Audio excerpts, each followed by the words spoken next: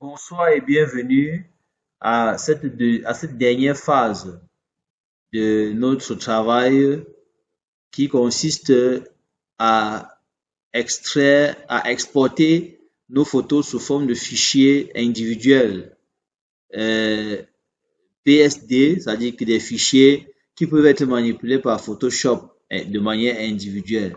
Alors nous allons ouvrir ce travail, c'était photo démo. Nous allons l'ouvrir. Et pendant que ça s'ouvre, nous devons savoir que euh, l'exportation doit se faire de manière automatique aussi. Oui, donc nous allons automatiser l'exportation. Et pour le faire, nous allons aller sur Fichier, Exporter, Ensemble de données sous forme de fichier. Alors, sous Exporter ensemble de données sous forme de fichier, nous allons choisir le dossier dans lequel nous allons stocker nos ensembles de données sous forme de fichier. Ce dossier, c'est le dossier export PSD. J'avais déjà préalablement créé dossier export PSD qu'on a déjà créé et je clique sur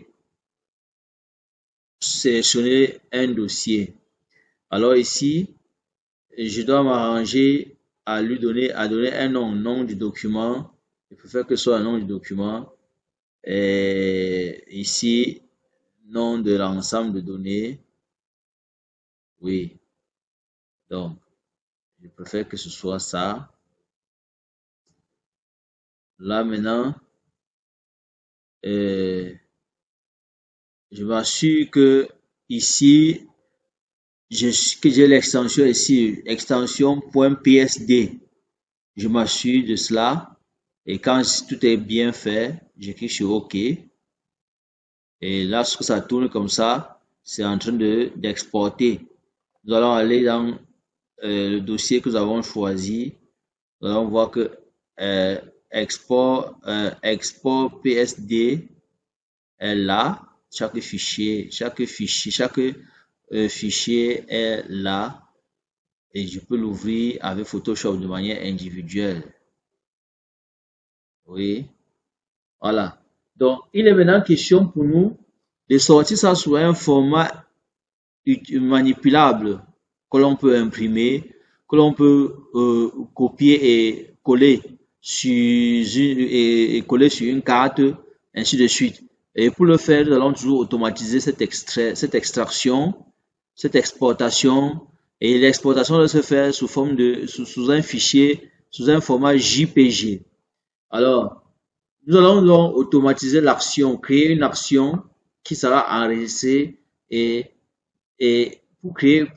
pour pouvoir créer une action à enregistrer, nous allons cliquer sur la fenêtre Action. Nous allons cliquer sur Fenêtre et cliquer sur Action.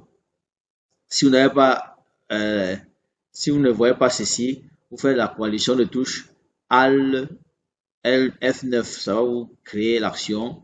Là, cette fenêtre me permet de créer une action. Donc, tout ce que ici, nous avons déjà des actions qui existent déjà. Il y a l'action par défaut, vignette, ainsi de suite. Je peux supprimer les actions que moi-même j'ai créées. Donc, je peux supprimer certaines actions. En cliquant là, je sélectionne, je supprime. Il y a des actions que je peux supprimer pour que ce ne soit pas étouffé. Oui. Pour ne pas faire des confusions, je supprime certaines actions.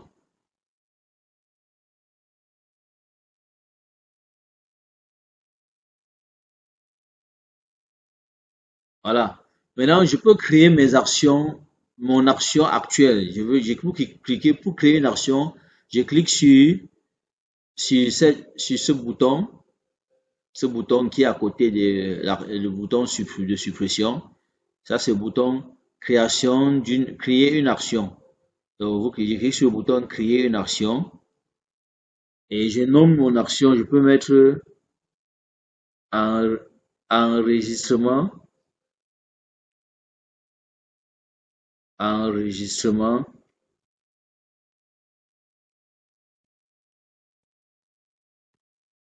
JPG. JPG, je clique sur enregistrer. Alors, à partir de, vous voyez, quand je clique sur enregistrer, le bouton rouge est activé. Donc, tout ce que je dois faire comme action, maintenant, comme action sera enregistré. Vous voyez, il faut faire attention pour ne pas faire des fausses actions.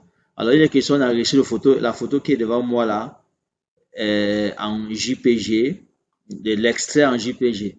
Alors, en ce moment, qu'est-ce qu'il est fait? Je clique sur fichier, je passe sur enregistrer sous. Et lorsque la fenêtre enregistrer sous s'ouvre, je choisis là où je dois enregistrer ma photo et je choisis le dossier export JPG et je choisis le type de fichier, le fichier JPG.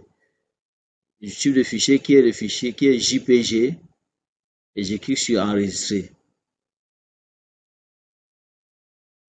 Quand je clique sur enregistrer, je m'assure que c'est 12 ici maximum. Je clique sur OK. Vous voyez que mon action enregistrée est mémorisée. Et quand je l'ai fait, je dois fermer la fenêtre de la photo. Vous voyez que l'action de fermer est aussi mémorisée. Et quand je le fais, je clique sur arrêter l'exécution ou l'enregistrement. J'arrête l'enregistrement. Maintenant, pour l'appliquer sur les autres, sur toutes mes données, je dois d'abord aller supprimer ce que j'ai fait manuellement pour qu'il n'y ait pas superposition. Donc, je dois d'abord aller dans le fichier source, regarder ce que j'ai fait manuellement. C'est ce qui a servi d'exemple. Vous voyez que c'est une photo avec tous les éléments que j'ai besoin dessus. En ce moment, je supprime d'ailleurs ceci pour qu'il n'y ait pas de doublon.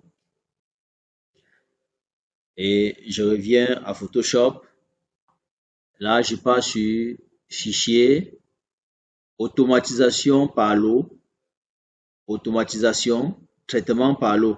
Donc, Fichier, Automatisation, Traitement par l'eau. Et Action par défaut, oui. Alors, directement, mon action enregistrement JPG est déjà activé. Donc, il y a d'autres enregistrements. Donc, je peux choisir, c'est déjà choisi. Alors, je choisis le dossier source dans lequel se trouvent mes fichiers. C'est le dossier export PSD. Alors, assurez-vous que vous avez bien ici export PSD. Ça, c'est là où se trouve le dossier source. Et on clique sur OK. On attend. Voilà. Chaque photo est exportée et enregistrée sous fichier, sous format JPG.